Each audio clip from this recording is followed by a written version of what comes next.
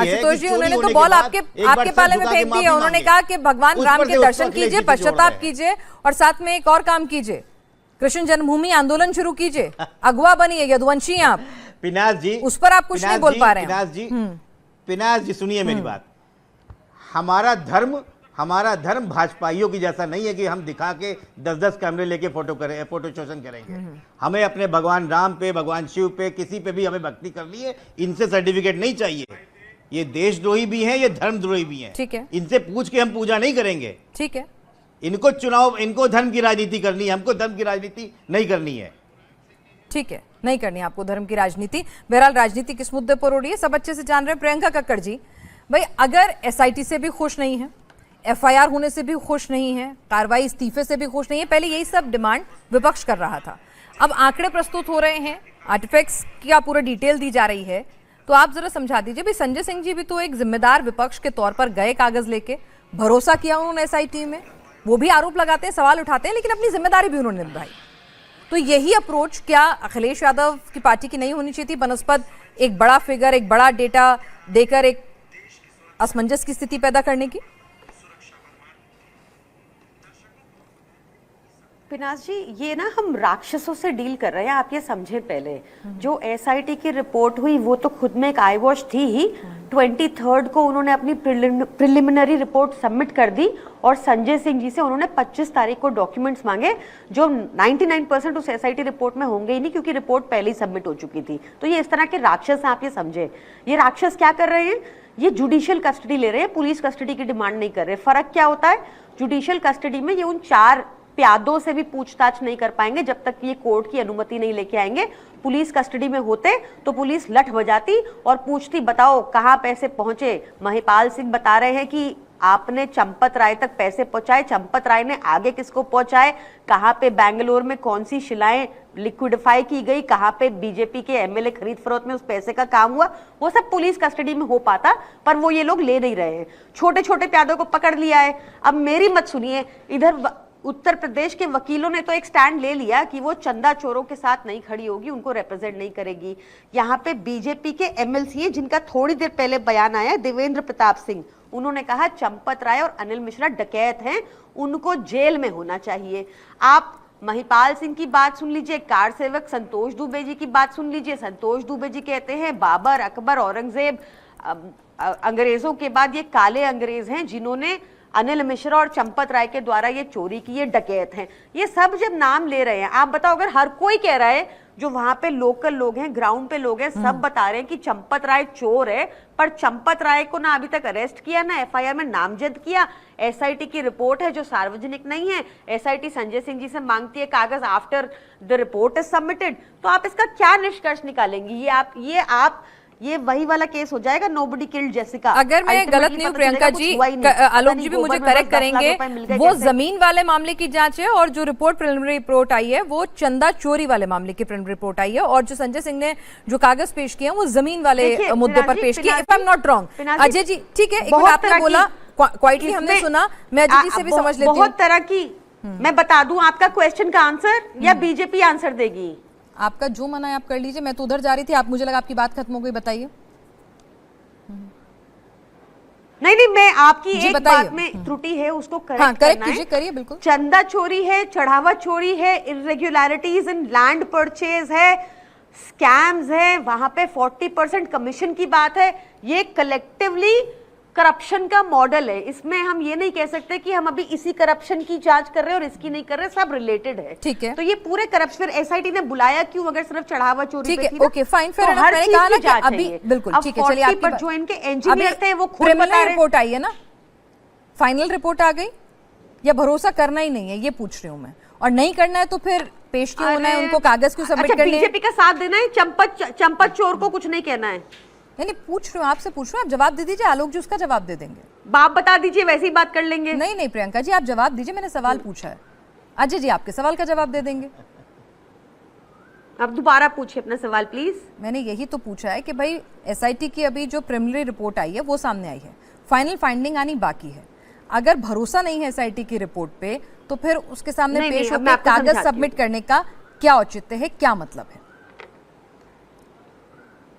देखिए क्या हुआ है ना, आप थोड़ा समझे पिनाज जी। हाँ, समझाइए। प्रिलिमिनरी रिपोर्ट आई, उसके बेसिस पे एफआईआर हो गई।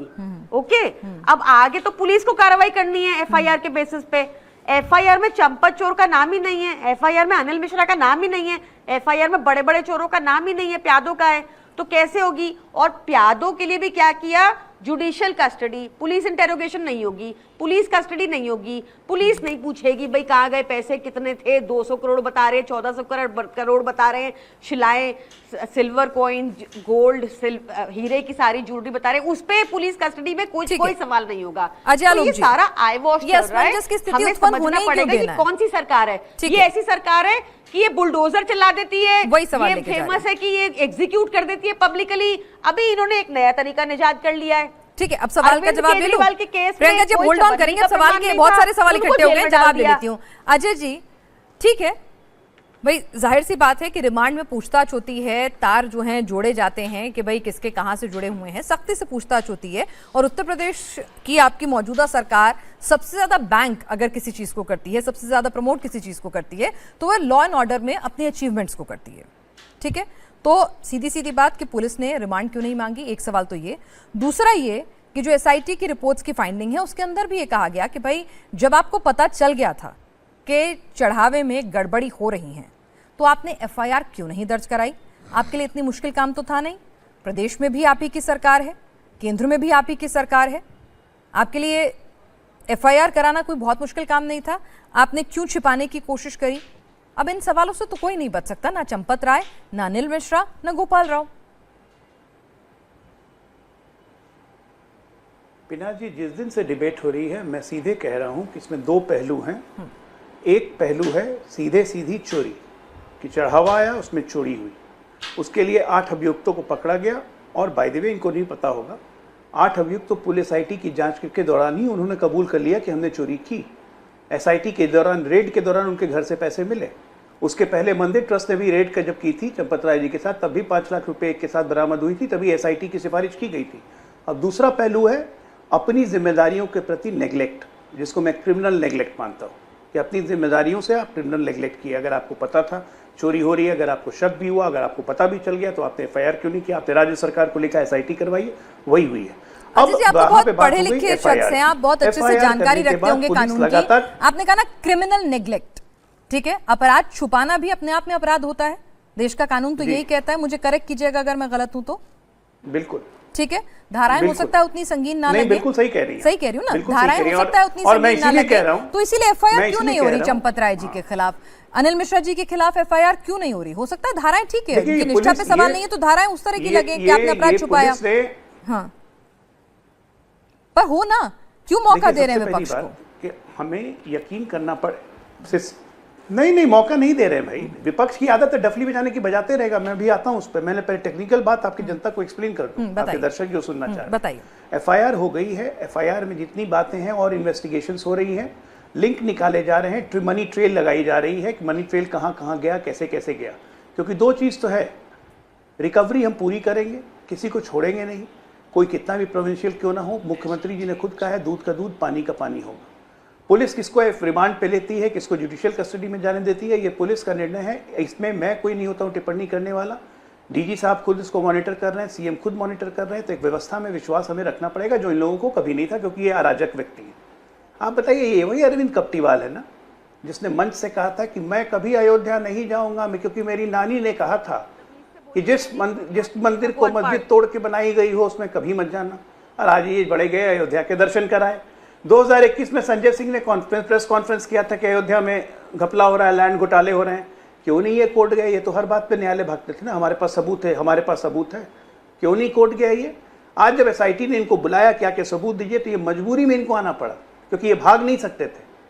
ये कोई अपनी मर्जी से एसआईटी में नहीं आए थे। इनके बयान सुनने के बाद बकायदा एसआईटी ने कहा आपके पास सबूत है तो लाके दीजिए। तो अखिलेश जी को भी बुला लीजिए आप, में कंप्लेंट तो फिर अखिलेश जी को भी बुला लीजिए आप। किसने रोका एसआईटी को अखिलेश जी को बुलाने के लिए? अगर यही तरीका था संजय सिंह को बुलाने का, तो ये तरीका अखिलेश जी पे भी अप्लाई कर लीजिए। अगर सबूत है तो सब बिल्कुल। संजय सिंह को एसआईटी ने खुद बुलाया, उनके दबाव में संजय सिंह आए। ये दबाव अखिलेश पे काम नहीं करेगा। ये कौन सी बात हुई आलोक जी? ना अखिलेश पे कैसे नहीं काम करेगा? अखिलेश ये कभी बुला नहीं बोलने लीजिए कि मेरे ना। पास सबूत है। अखिलेश तो ये कह रहे हैं कि एसआईटी पे हम भरोसा कैसे करें, हम पुलिस इन्वेस्टिगेशन पे कैसे भरोसा करें, ये एक बार भी नहीं कह रहे कि हमारे पास सबूत है। ठीक है।